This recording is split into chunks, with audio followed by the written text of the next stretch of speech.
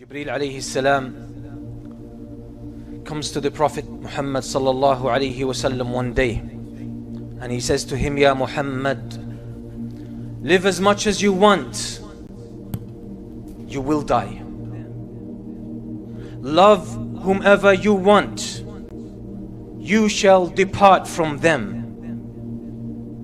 And do whatever you want, you shall be rewarded with it, or you shall be recompensed with it. Then he says, Ya Muhammad, know that the honor of the believer is in their prayer night, in the night prayer. And the dignity and the high station of a believer is in him not being in need of others, not being in need of other people. Profound words from Jibreel alayhi salam. And Jibreel, being one of the angels, Allah subhanahu wa ta'ala says about them, لا يعصون الله ما أمرهم ويفعلون ما يؤمرون. They only obey Allah. Whatever He commands them, they never disobey, and they only do that which they are commanded. These are profound words that we should all reflect upon, and we should take lessons from. And this same kind of words should be directed to us as well. That live as much as you want, you shall die. Death will come to you. No matter how much future you think is ahead of you, one day death will come and snatch you out of this world. That's the story of every human being and every creature. And love whoever you want. You might think that's it when you find someone that you love and you are united with them. You feel that that's it, you possess all of life, and that state will be there for eternity. But you shall depart from them. You shall leave them, or they will leave you.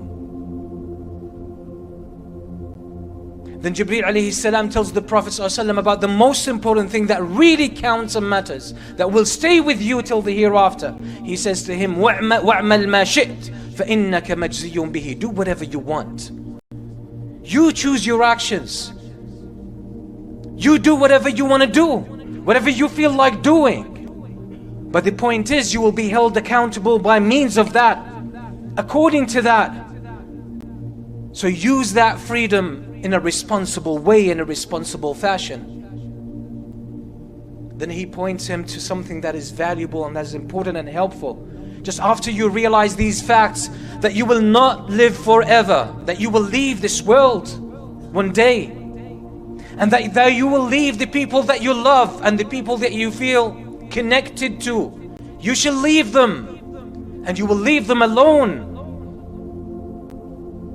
And yes, you have the freedom to do what you want, but it's not an open checkbook, because whatever you do, you shall face it on the day of judgment. So you are preparing, you're setting yourself up for the day of judgment based on what you do. So choose wisely. Then he gives him practical advice, something that will give him dignity in this world, something that will keep him in a state of honor, and that's praying at night. Why? Because it brings you closer to Allah. That's the time when you leave everything behind and you just connect with Allah subhanahu wa ta'ala, and you have a time to spend with Allah, because life takes us over. During the day we're busy chasing our work and our business and our relationships and our goals and our desires and our pleasures. But we tend to forget about Allah subhanahu wa ta'ala, so we lose our focus. We stop, or we fail to see the reality of this life, and we don't realize that we were brought into this life to be able to connect to Allah and make our way back to Him. But the distractions take us away from that. So we need to readjust our focus. So when you pray, and when you do that at night, you're readjusting your lens so you can focus on Allah subhanahu wa ta'ala, and you can put everything in its right place. Then he points to something else that's extremely important. He says the dignity of a believer is in the fact that he is not in need of other people. He's not in need of other creation. And that refers to the state of the heart. Because you are only poor towards Allah. You only need Allah.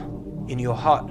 So don't let your heart be attached to anyone in terms of your needs. Let it be attached to Allah. But practically and physically speaking, you chase whatever you are supposed to get. You work towards it. You build relationships. And you have normal interactions, but you do not attach your heart to people. You attach your heart to the Lord of people. And that's the way to go through this life.